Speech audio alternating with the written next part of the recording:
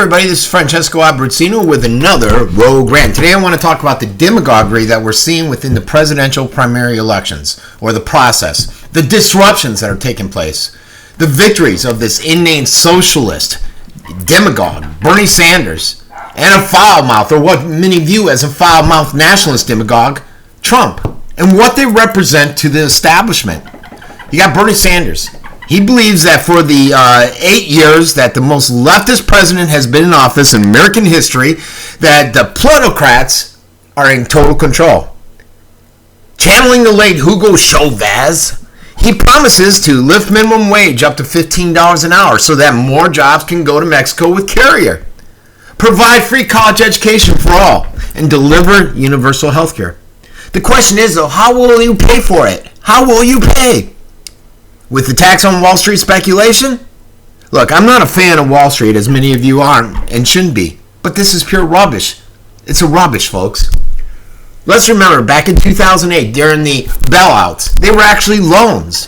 And the purpose was not to support the billionaires out there, but to head off what Congress had reason to fear that there was going to be a freeze-up of our financial system.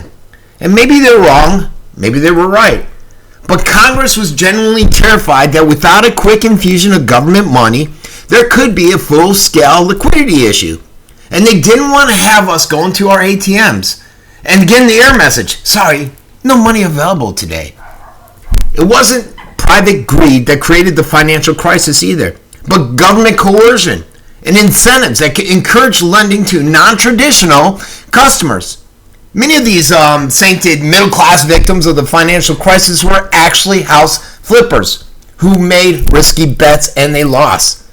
And that's not to say that many innocent people were not hurt, because many were.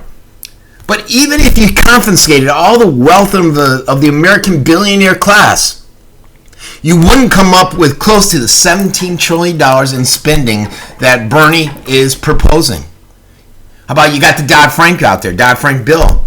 That was supposed to cure what went wrong with 2008. Is a big cause of this anemic growth now what happened then? I think so. The big banks have done okay with thousands upon thousands of new regulations. In fact, they've gotten even bigger versus getting smaller. But medium and small banks, the ones who typically finance new ventures and thus create new jobs and opportunities, are going under daily. The ones that remain are actually discouraging new deposits. That's right, I said discouraging. They can't lend out money because the structure of Dodd-Frank is putting too many regulations on them. And they can't get that new money to lend out. The leading contender out there, we got Trump. He's not interested in reform so much as looking for scapegoats.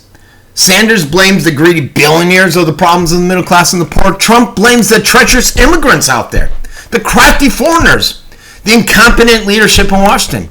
Some people seem surprised that there is an overlap between Sanders and Trump supporters, but it makes perfect sense if you think about it.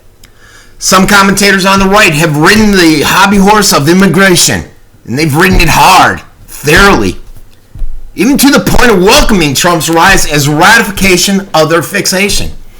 But in Iowa, immigration has rated important only to 13% of the GOP caucus participants. In New Hampshire, only 15%.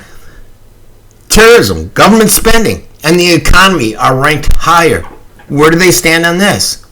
You got both Trump and Sanders out there, and they're the disruptors. The people who welcome chaos for their own sake are dangerous.